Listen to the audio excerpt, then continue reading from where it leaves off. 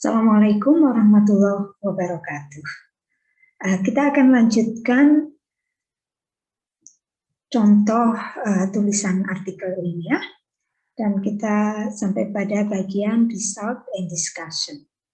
Kemarin yang sudah kita bahas artikel yang berjudul The Discourse of Islamophobia in Indonesian Popular Movie Mencari Hilal. Nah, kita akan melihat bagian yang paling menantang, yaitu result and discussion.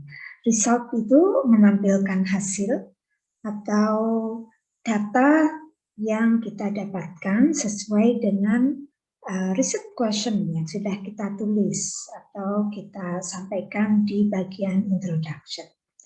Nah, result and discussion bisa jadi terpisah menjadi dua bagian yang berbeda, atau bisa jadi menjadi satu bagian. Seperti contoh ini, saya tulis menjadi satu bagian.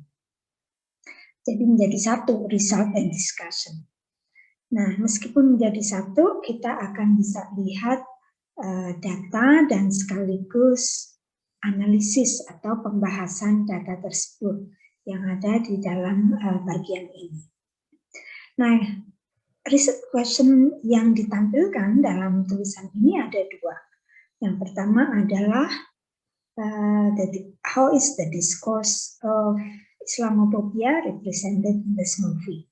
Yang kedua adalah pertanyaan tentang what is the ideology, gitu kan? Nah, akan kita bahas dua pertanyaan itu. Nah, dalam membahas dua pertanyaan itu, saya membuat subbab, ya, dua subbab di sini, tapi bukan satu subbab untuk pertanyaan satu subbab untuk pertanyaan dua, tidak. Jadi saya membuat dua subbab. Yang pertama subbab subtle, judulnya subtle Islamophobia in the movie Mencari Hilal. Penamaan atau pemberian subjudul ini saya lakukan terakhir setelah semua analisisnya selesai. Jadi yang kedua, subbab yang kedua, saya tulis di sini prejudice to radical group. Jadi penulisan subbab ini tergantung kepada tema analisis kita. Baik, kita lihat ya. Yang disebut dengan subtle itu artinya tidak terlalu kelihatan banget, gitu. Itu namanya subtle. Subtle Islamophobia.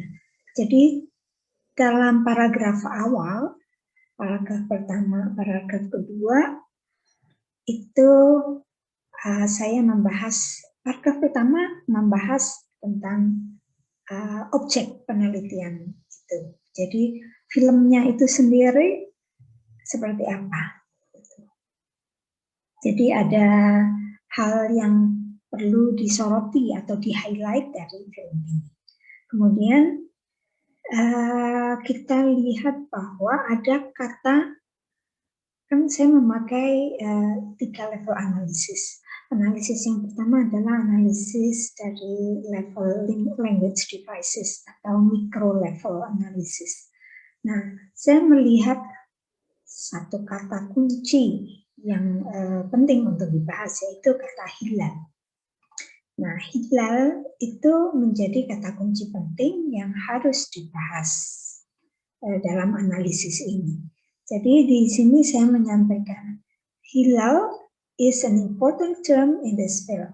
It is the title of the film and the main cause of the main character's sacred mission. Jadi hilal selain menjadi judul juga menjadi satu motivasi utama bagi aktor utama atau karakter utama, yaitu Mahmud, ya, karakter utamanya. Pak Mahmud itu sudah lumayan tua dan dia punya pengalaman yang unik ketika dia masih muda, zaman dia sekolah di pondok pesantren, punya kebiasaan untuk mencari hilal, ya, sebelum Idul Fitri. Jadi untuk menentukan apakah sudah masuk pada 1 Syawal. Jadi hilal itu apa? Itu kita jelaskan dulu di sini. Hilal is the crescent moon, the sighting of which is important for the determination of when certain religious duties and practices must take place. Jadi secara semantik gitu ya, artinya apa?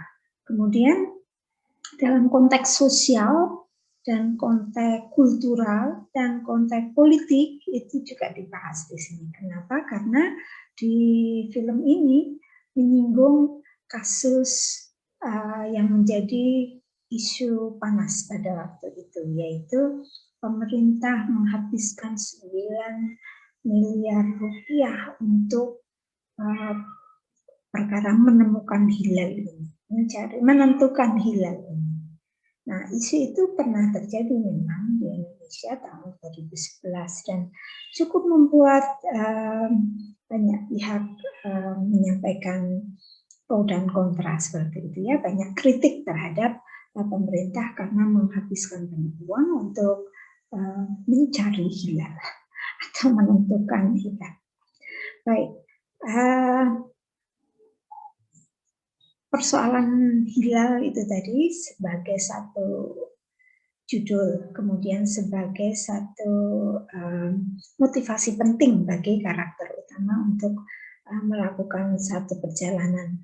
Kemudian yang ketiga, hilal, penentuan hilal juga menjadi isu sosial politik yang penting. Jadi hal-hal ini yang membuat level of analysis, 3 macam analisis itu menjadi relevan gitu untuk dipakai membahas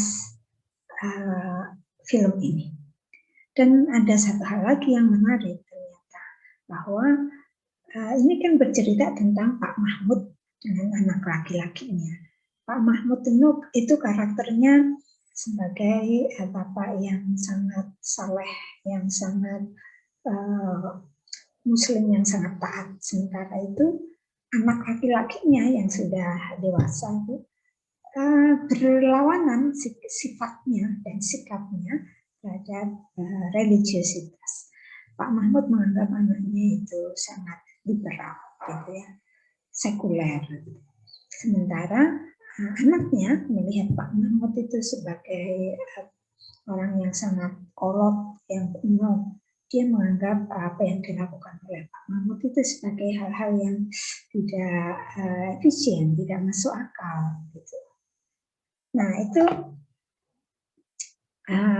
relasi Pak Mahmud dengan anaknya. Nah anaknya ini bernama Hilal sebenarnya, tapi sehari-harinya dia dipanggil Helu. Gitu.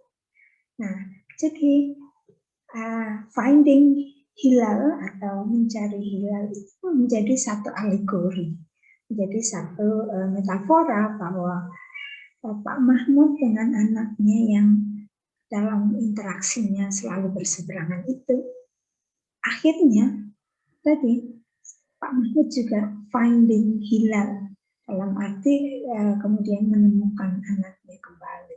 Mereka melakukan kompromi-kompromi di akhir ceritanya. Nah, begitu ya. Jadi secara singkat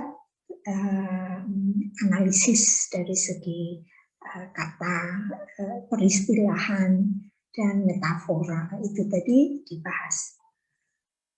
Nah, kita ingat judul dari penelitian ini adalah The Discourse of Islamophobia. Nah, bagaimana diskurs Islamophobia itu muncul di dalam film ini? Nah, langsung di pembahasan ini saya menulis semacam kesimpulan dari analisis ya. Yang pertama misalnya, the discourse of Islamophobia appears to be related to prejudice. Jadi urusan wacana Islamophobia itu terkait dengan prejudice. Nah, prejudice itu apa dan bagaimana, contohnya seperti apa yang ada di film ini. Nah, itu tinggal diberi contoh seperti apa dan mengapa itu prejudice dan mengapa itu memunculkan Islamophobia. Nah, kemudian saya menjelaskan di paragraf berikutnya, the discourse Islamophobia is more subtle ways appears in the interaction between Heli and his father. Tadi saya ceritakan secara singkat bahwa Heli dan ayahnya ini punya karakter yang berbeda, yang berlawanan dalam hal beragama dan dalam sikap mereka terhadap berbagai persoalan sosial atau hal-hal yang mereka hadapi selama mereka melakukan perjalanan bersama. Nah, ini relasi keduanya ini kan menarik untuk dilihat. Nah, dilihat muncul juga Islamophobia antara Heli terhadap ayahnya. Jadi Heli tidak bisa menerima misalnya dengan ngapain sih susah-susah mencari hilal,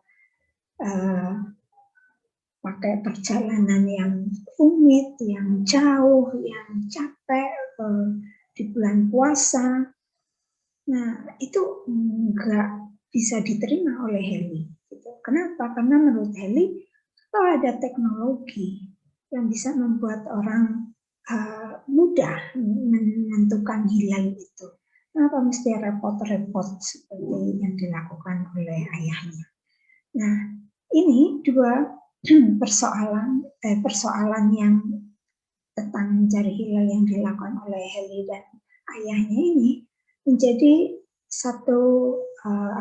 menjadi satu titik di mana bisa kita lihat bagaimana sikap kedua orang itu dalam religiusitas. Bagi Heli, apa yang dilakukan oleh ayahnya itu nonsens, nggak masuk akal. Sementara bagi ayahnya, Pak Mahmud, apa yang dilakukan itu sangat-sangat penting, gitu ya, sangat meaningful, dan bagi dia itu bukan perkara mudah atau sulit gitu, tapi ada hal-hal yang penting untuk diperjuangkan.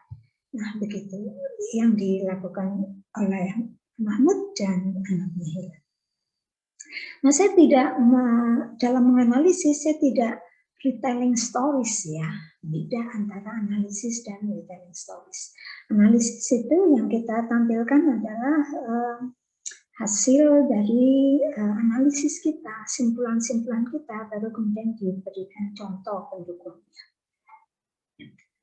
Nah, kemudian ini, the discourse of Islamophobia is intertwined with the issue of generational gap between father and son. Tadi tentang teknologi tadi. Jadi ada gap generasi muda dan generasi tua, itu ada gapnya dalam hal teknologi, dalam hal cara beragama, ya, religiusitas. Baik, oke. Seperti itu. Kemudian yang bagian kedua, saya secara singkat saya ingin menyampaikan bahwa saya memberi subjudul Prejudice to Radical Groups. Ini menjadi isu yang penting juga karena di beberapa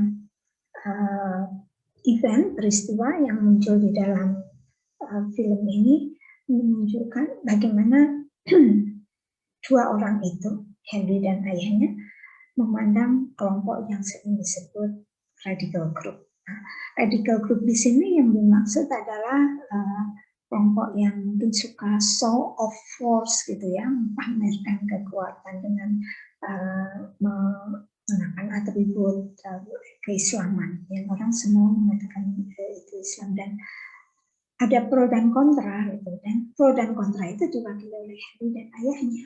Nah, bagi si ayahnya yang konservatif, dia nggak masalah ada konvoi pakai baju jubah putih, pakai bendera tulisan Arab dan sebagainya. Tapi bagi Heli, dia tidak suka, dia tidak senang melihat itu sebagai sebuah arogansi seperti itu.